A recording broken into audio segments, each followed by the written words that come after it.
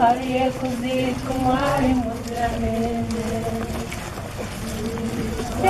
Imana nziza dukeye nyina wa Jambo, wambaye ikamba ukandagira umwanzi, umwari mwiza mirengura karama.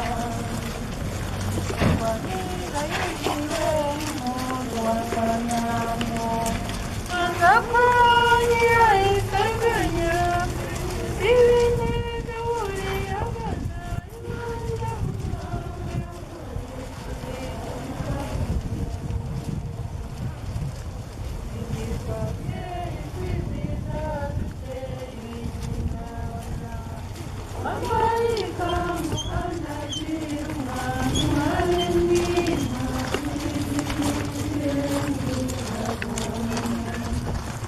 Yezu agwa ubwa kabiri.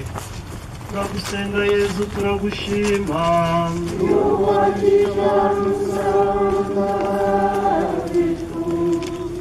akadawe byose biragushobokera.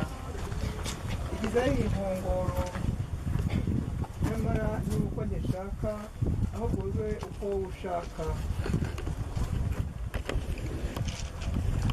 Ubusanzwe Imana ntishobora kugwa, kuko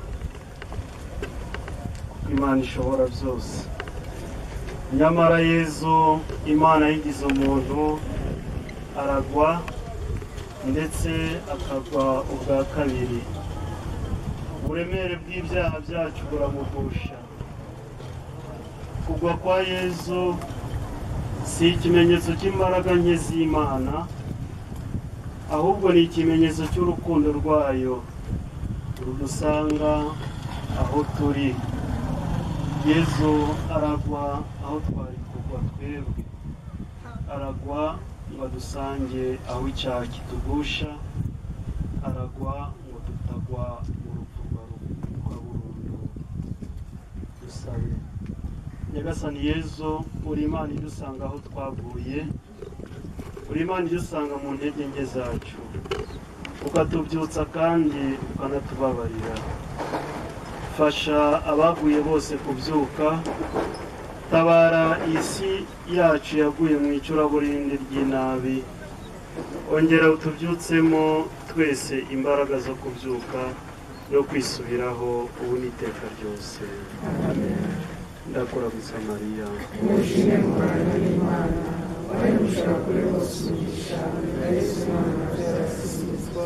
Mariya mutagatifu mubyeyi w'Imana, uradusabira twabanyabyaha ubu n'igihe tuzapfira. Nyagasani utubabarire. Utubabarire. Abakristo bapfuye Imana nibabare baruhukire mu mahoro.